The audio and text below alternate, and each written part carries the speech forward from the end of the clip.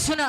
अरे वाह। भारत देश को आजाद कराने में ना जाने कितनी माओ ने अपने बच्चों को खोया है, ना जाने कितनी पत्नियां अपने पति से दूर हुई, ना जाने कितने बच्चे अपने माता और पिता से अलग हुए, जुदा हुए। अरे वाह। भारत देश हमारा 15 अगस्त 1947 को आजाद हुआ। कहने वाले लोग कहते हैं कि पढ़वा लिखवा तब जनबा।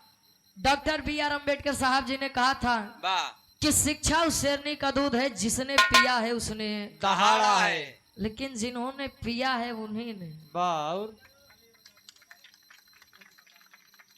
4 लाइन कवि जी के भूमिका के अंदर भाव बा। कैसे गुरुजी?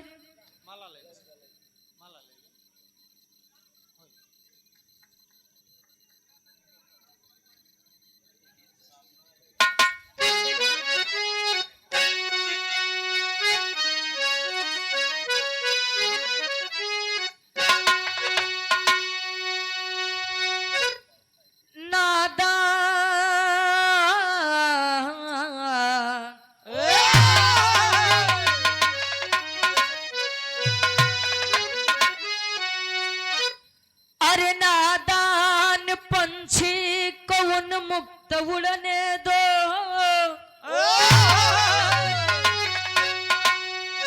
इन पर कभी कुछ न बंधन लगाओ।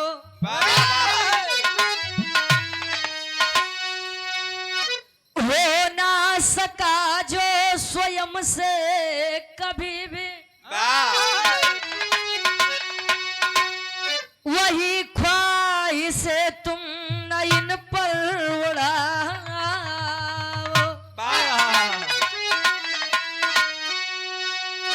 अरे छीनो न बचपन ये अल्लड़ लड़कपन, अरे सुंदरतम जीवन के पल ना मिटाओ।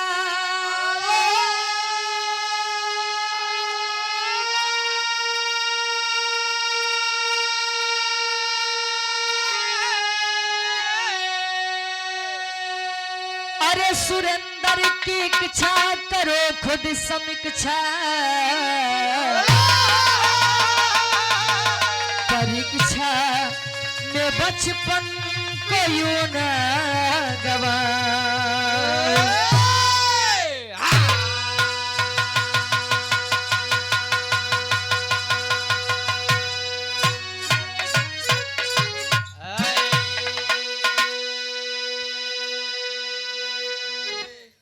युवा दिलों की धड़कन, हृदय के गार्जियन जी आप अरविंद शर्मा जी, पूर्व BDC साहब, 100 रुपए का महान आशीर्वाद, आशीर्वाद के साथ रहे। नादान पंछी को उन्मुक्त उड़ने दो, इन पर कभी कुछ ना बंधन लगाओ। नादान पंछी की तुलना कवि जी किसे कर रहे हैं? की तुलना बच्चों की उपमा कवि जी नादान पंछियों से करते हैं।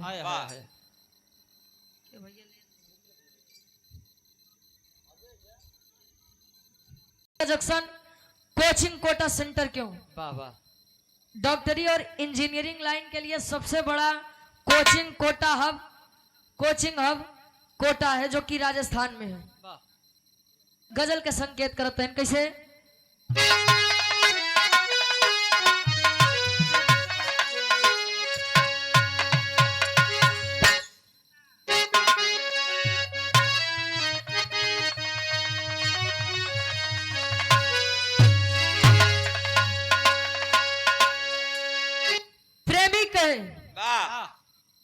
अरे अखिया लड़ल बजब से,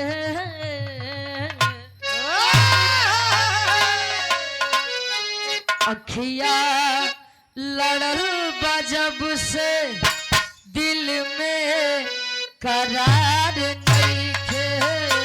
अखिया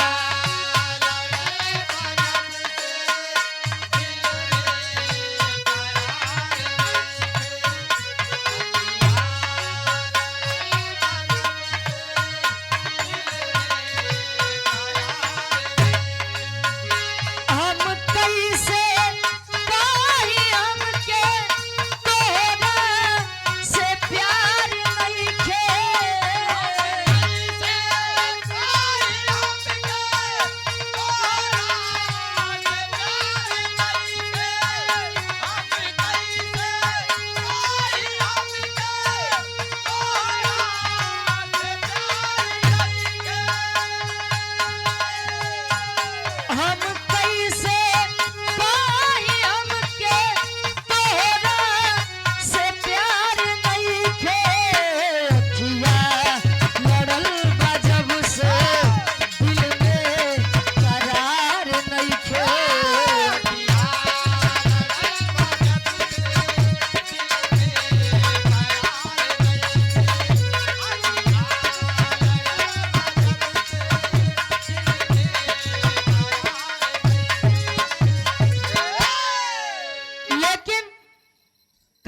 जमाने की सच्चाई इस बिरहा में उतार दिए हैं। आज के समय में दशा का बाप विद्यार्थी के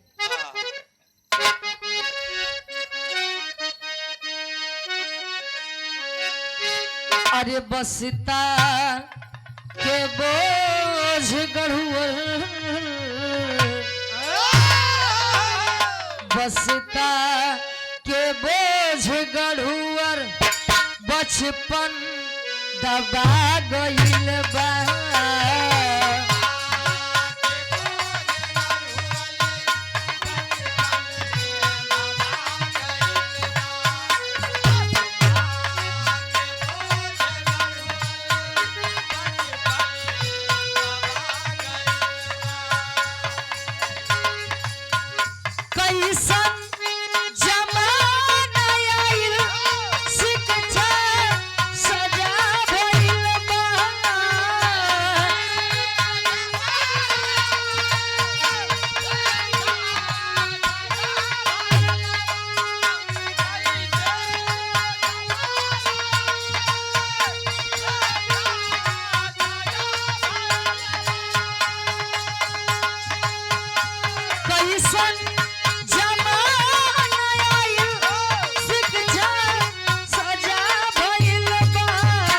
बसता के बोझ गढ़ुअर बचपन दबा गइल बा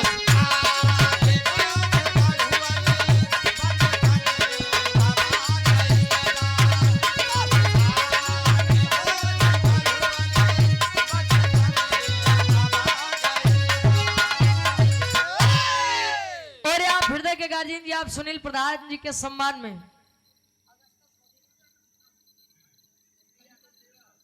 सोनी यादव सेवक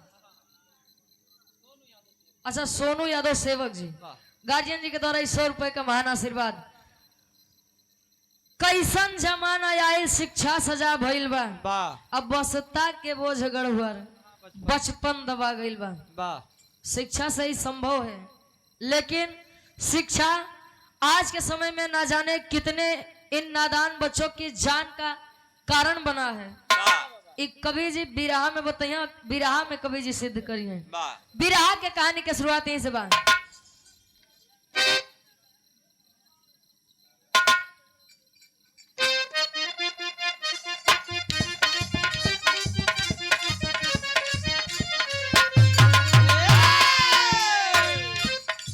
स्वप्न तो स्वप्न है बस क्षण की लहर होता है स्वप्न तो स्वप्न है बस क्षण की लहर होता है अधिक उम्मीद लगाना भी जहर होता है।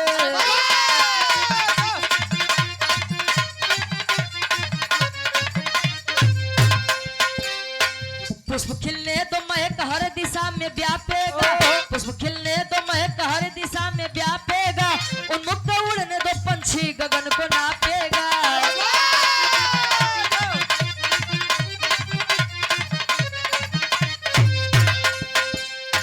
बचपन से ही क्यों उम्मीद अति बढ़ाते हो बचपन से ही क्यों उम्मीद अति बढ़ाते हो किशोर वय को भारी बोझ से दबाते हो।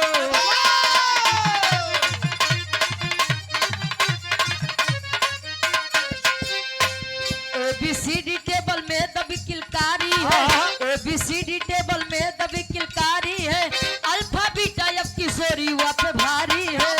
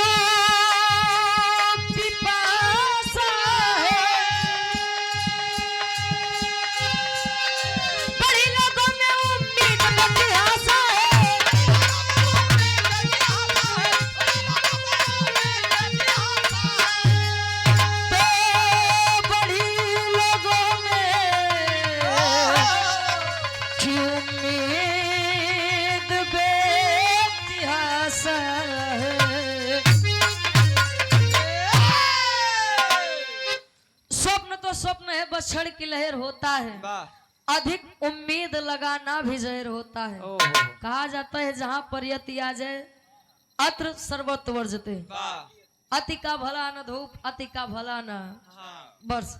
जहां पर यति आ गया समझ लीजिए वहां पर विनाश है।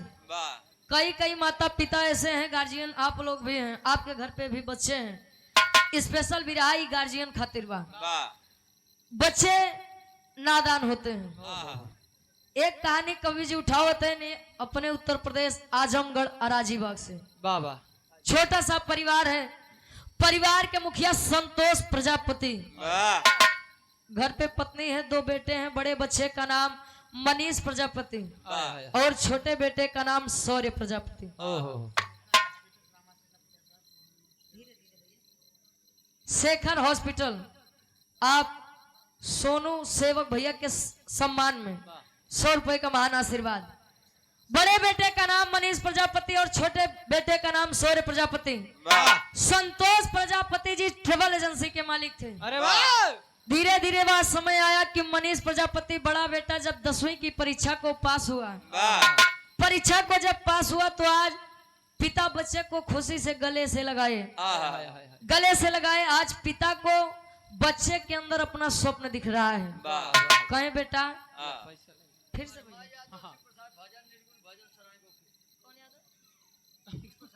शिव प्रसाद दाढ़ी वाले निर्गुण भजन वर्मा यादव, अच्छा ब्रह्मा यादव जी।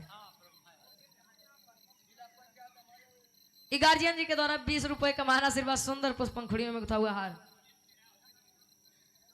संतोष प्रजापति जी आज बच्चे से कह रही है बेटा परिस्थिति वश तो मैं तो इंजीनियर नहीं बन पाया, माता पिता की आर्थिक स्थिति नहीं सही थी, लेकिन मैं चाहता हूं कि तू इंजीनियर बने।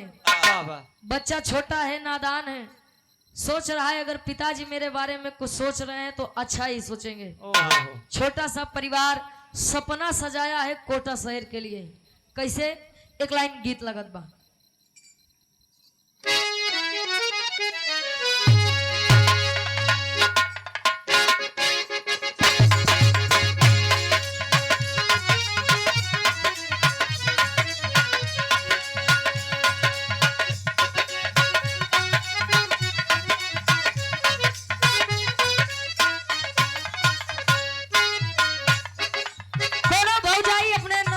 मजाक करे, अरे वाह ननद और भौजाई के रिश्ता बड़ा बेजोड़ होते।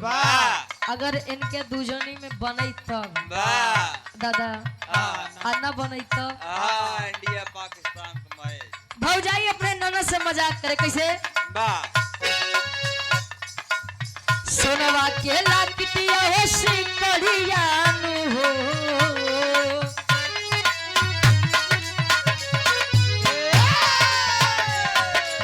सोनवा के लाकिटिया सिकड़िया नु हो, बतावा ननदो के कर दी हम हा।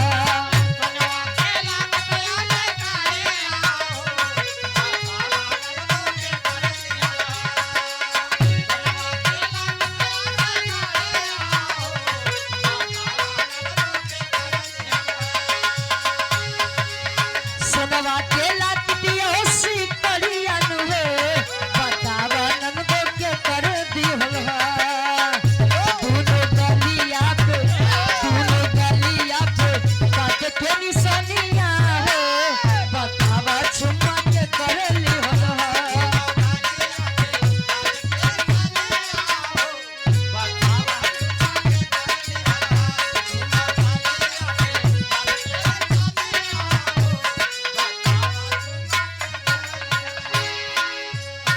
लेकिन छोटा सा परिवार सपना सजाया है का ट्रेन पे आज बैठे हैं, माँ अपने बच्चे को समझा रही है। कैसे समझावे?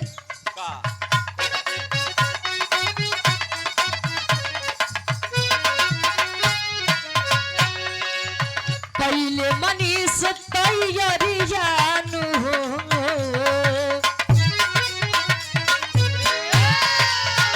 पहले मनीष तैयारिया नु हो, सपनावा सजावे बबुआ।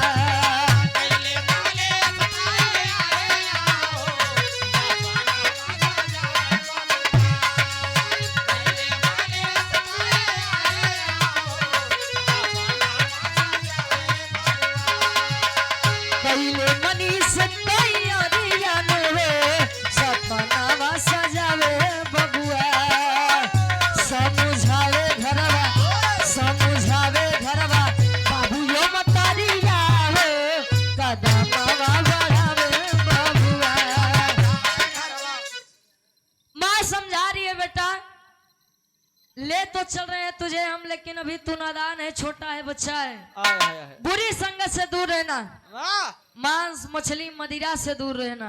वाह माई अपने उ लइका के समझावत बा। आज सपना लेकर वो छोटा सा परिवार कोटा शहर में आया है। आहा एडमिशन करवाए पिताजी। इंजीनियरिंग करने के लिए पहले जेई क्वालिफाई करना पड़ता है। वाह अब यार आया, एडमिशन करवा दिए वाह फाउंडेशन कोर्स के लिए। फाउंडेशन कोर्स का मतलब यह होता है कि बच्चा प्रतिस्पर्धी परीक्षा और साथ ही साथ 11वीं और 12वीं की भी पढ़ाई आगे पूरी करेगा। वाह 2-4 दिन 10 दिन माता पिता रह के चले आए। बेटा हॉस्टल में रह रहा है, कोचिंग जाता है। कोचिंग का नियम था कि हफ्ते में 3 बार टेस्ट होगा और मनीष के जो एक प्राप्त अंक आने चाहिए, जो एक अच्छे नंबर आने चाहिए इंजीनियरिंग के लिए, वह नंबर नहीं आ रहे थे। या तरफ शिक्षक से दबाव पड़े और उस तरफ माता और पिता का दबाव पड़े। माता और पिता की सबसे बड़ी कमी तो यही होती है, बेटा हो चाहे बेटी, एक ही बात, बच्चा हमारे सर की पगड़ी झुकनी नहीं चाहिए। मेरी इज्जत तुम्हारे हाथ में है। यही गलती माता और पिता कर जाते हैं। उन छोट के लड़का के मन के दशा का बा कभी जीवता होते हैं।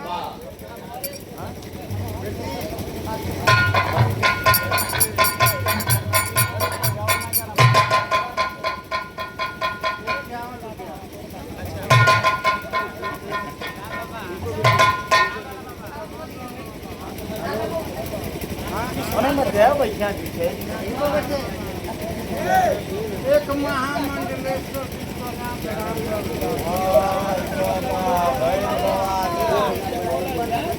और आप मिलेंगे गार्जियन जी। भवानी नंदन तिलकधारी बाबा। हाँ भवानी नंदन भवानी नंदन श्री भवानी नंदन महाराज गार्जियन जी के द्वारा इस सुंदर पुष्प घोड़ियों में थोड़ा हार 51 रुपया हमने खातिर और 51 रुपया हमने देवलाल भैया खातिर। वाला ले जाए 51 रुपया। अरे चलाए अरे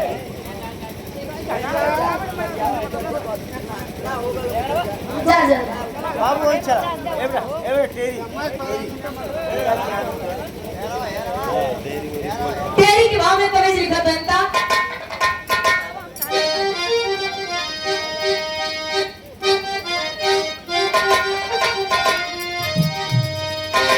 अरे शिक्षा भी अब हथियारी हो गई। अरे शिक्षा भी अब हथियारी।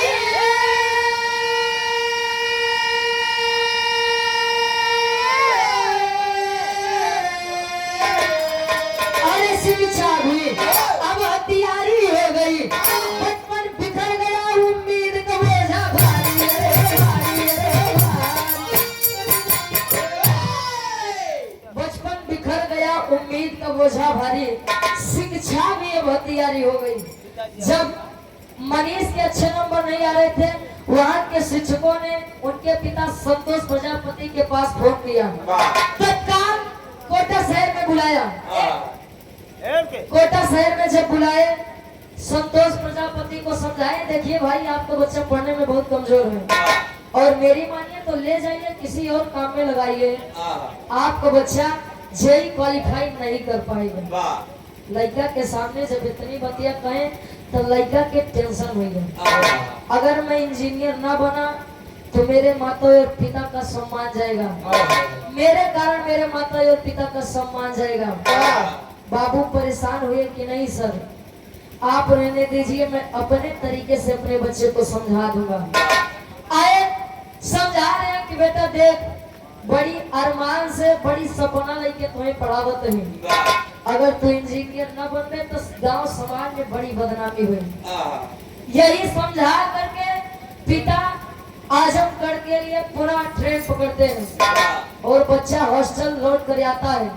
जैसे जैसे शाम हो रही है, बच्चा अवसाद से घिर रहा है। चिंता हो रही है, सोच रहा है कि यदि मैं ही ना रहूं इस संसार में, यदि मैं ही ना रहूं तो ना ये सवाल उठेगा और ना ये इज्जत और बेइज्जत होने का नाटक होगा। वाह छोटा सा बच्चा, मासूम सा बच्चा हॉस्टल के उस कमरे में पंखे से, चादर के फंदे से लटक कर अपनी जान दे देता है।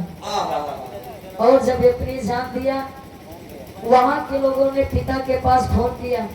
पिता आधी ही दूर पहुंचे थे, पुनः कोटा शहर के लिए रवाना हुए। आए, जब अपने बच्चे की लाश देखे तो लाश को पकड़ करके रो रहे हैं, विलाप कर रहे हैं कि बेटा तूने मुझे संकेत दिया था कि पिताजी मैं यहाँ नहीं करना चाहता हूँ, लेकिन मैंने अपने स्वार्थ के लिए तेरी भावनाओं को नहीं समझा। पिता पागल से हो गए हैं। बच्चे की लाश आज कोटा शहर से आजमगढ़ अराजीबाग उत्तर प्रदेश में आती है। आज जब अराजीबाग में आए तो माई वो अपने लड़का के गोदी में लेके कहा था, का कहे 8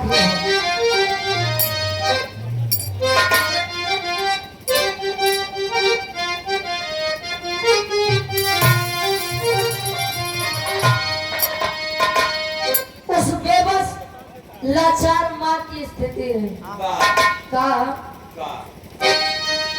अरे उठा उठा उठा उठा मोरे लाल कुछ खाई ले कुछ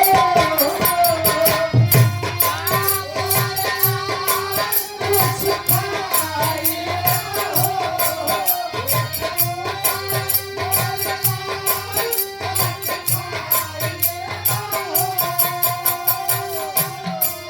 उठा उठा मेरे लाल कुछ खाई ले एक मेरा मम्मी कही के हमारा के बनाई ले एक मेरा मम्मी कही के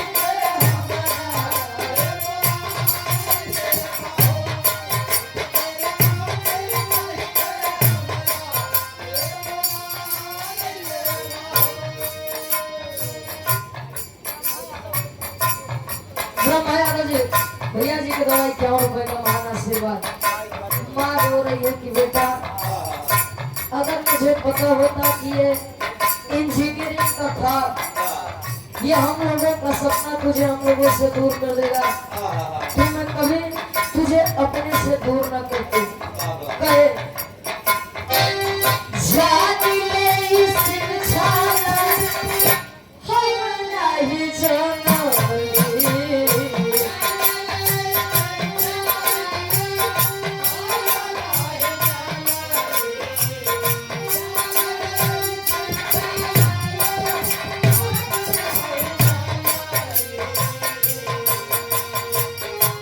अपना से दूर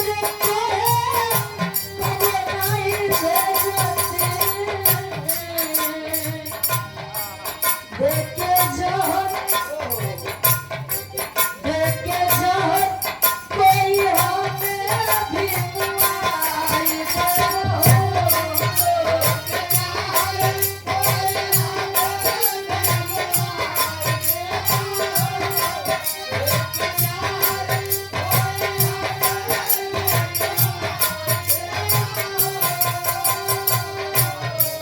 देखे जोहर कोई हमें भी मुआई देवो एक मेरे पानी कही के हमारा आई देवो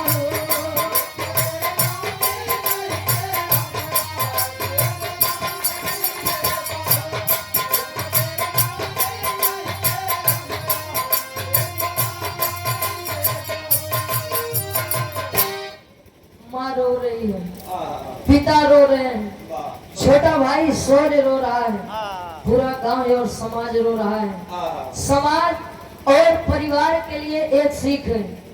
कहा जाता है कि कोई क्षेत्र खराब नहीं होता है। हो सकता है बच्चा जिस क्षेत्र में जाना चाहता हो अगर अपने मन से जाए तो उस क्षेत्र में ही उतना नाम कर जाए जितना कि आपने कभी सोचा ना हो। गांव परिवार समाज रो रहा है। पहले के शिक्षा और आज के शिक्षा में अंतर का बा कवि जी बताओ थे पापड़ के भाव में संकेत करते हैं।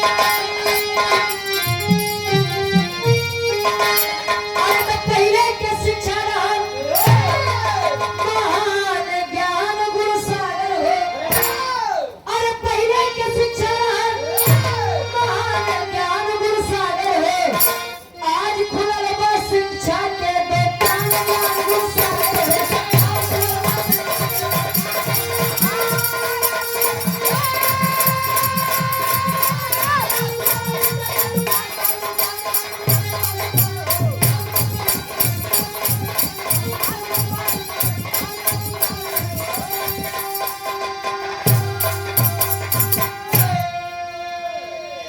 पहले के शिक्षा रहल महान ज्ञान गुरु सागर हो।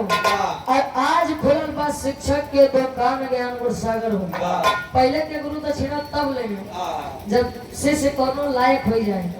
और आज के समय में स्कूल ज्वाइन कैला बस। आज के समय में स्कूल से ज्यादा तो कोचिंग ज्यादा जरूरी बा। कोचिंग में जाया 2-4 महीना के यदि फीस बाकी हो जाए लड़के के आवे कुछ न बोला बा।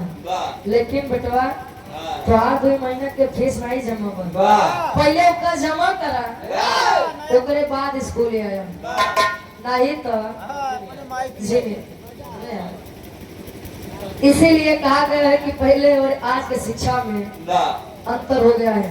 आज के समय में सभी माता और पिता अपने बच्चों को अच्छी से अच्छी शिक्षा देना चाहते हैं।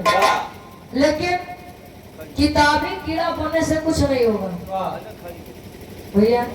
बस किताब में जितना लिखा हुआ उतने रटे से कुछ मिले वाला है। कुछ अपने से भी अध्ययन करिए। आधा के भाव में कवि जी प्रमाण देते हैं इस संतोष प्रजापति के जैसा न जाने कितने परिवार इसी चीज के शिकार हुए हैं। कौन चीज के?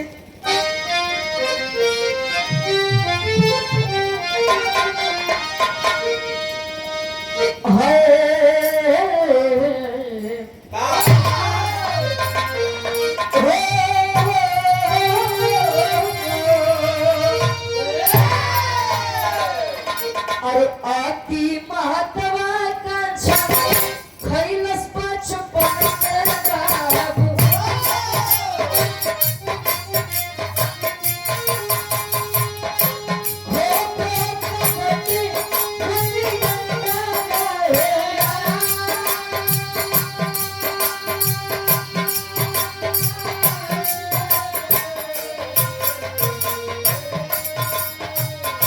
Alpha beta sine theta pi था गोरस में बाबू।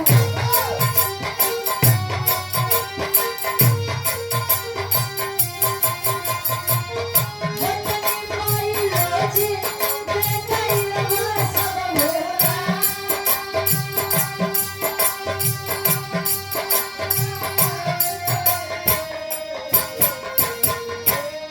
अति महत्वाकांक्षा खैलस बचपन के बाबू। आज भी अगर पुराने काका दादा लोग आपस में मिलते हैं तो सोचते हैं कि यार इससे बढ़िया तो हमारा पहले ही जमाना था। कम से कम लोग दुखी और सुख में साथ तो देते थे। हाल चाल ले बोले आवत तो रहे। लेकिन जब से अब मोबाइल आ गया रिश्तों को खा गया। लोग अपने खून के रिश्ते के लिए समय नहीं दे रहे हैं तो कहां से आज के सब लोग समय देंगे दूसरों के लिए। सदर के भाव में कवि जी प्रमाण देते हैं।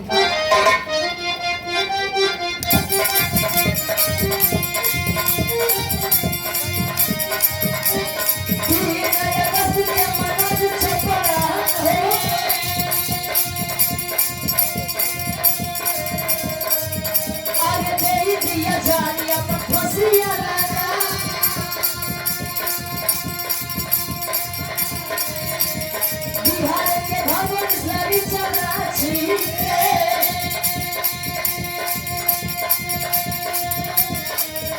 अरे मऊ के प्रिय मोसिंगन वाली झारखा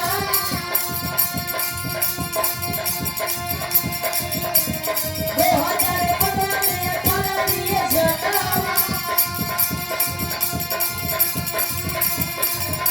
अरे सेना में सदा हमारे संगमा में सदा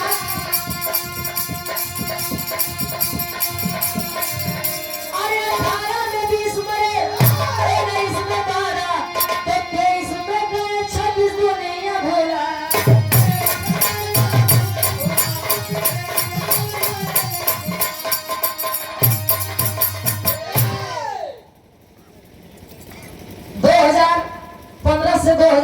20 तक 121 बच्चे इसी चीज के शिकार हुए।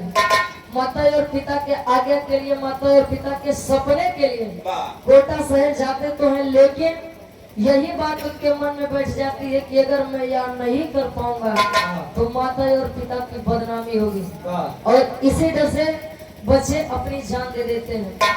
जहाँ पर बच्चों को माता और पिता की जरूरत होती है, वहाँ पर बच्चे इसी चीज का शिकार होकर नादानी में आप कदम उठा लेते हैं। 121 बच्चे जो मरे हैं उनकी उम्र 16 से 20 के ही अंदर होती है। नादान और बेबस पंछी की तरह होते हैं बच्चे। आखिरी में आप सभी गार्जियन जी से हाथ जोड़ के निवेदन है, कवि का कौन निवेदन बा?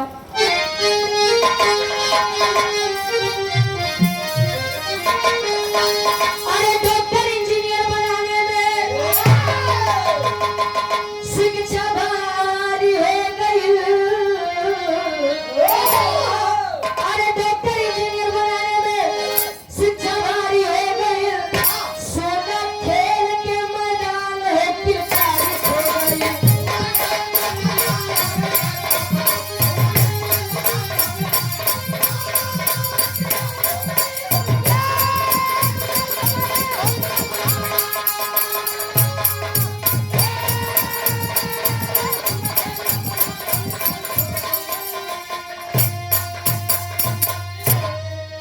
अरे जंगली बचवा के व्हाट डू यू सिखावे हो? बता ना भैया लुका छिप खेलना बता।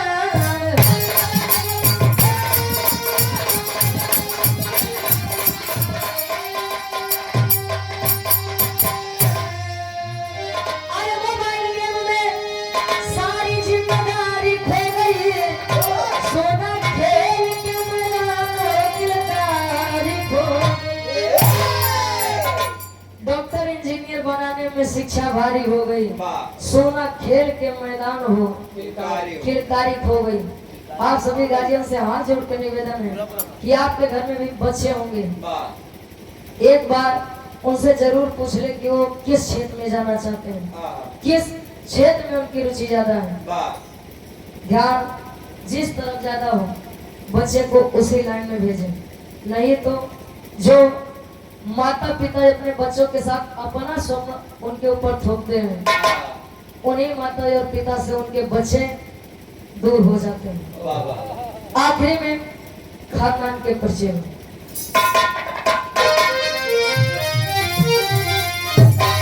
गुरु बिहारी गुरेश मत छीनो बचपन की लाली।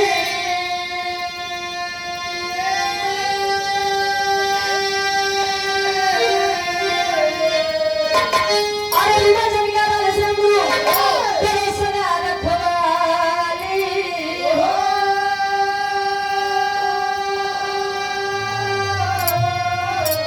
अरे शिक्षा भी अब हथियारी हो गई। रुचि कभी सुरेंद्र तयंगर हमारी शिक्षा भी अब हथियारी हो गई।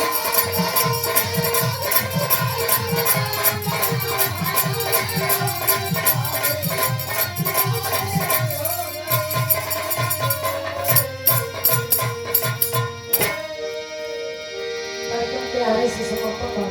गाँव बजाओ कार सुनने में कोनो भी गलती का सबूत दोनों कलाकारों से आप लोग यहाँ पर लड़कियां बच्चा समझ के माफ करें।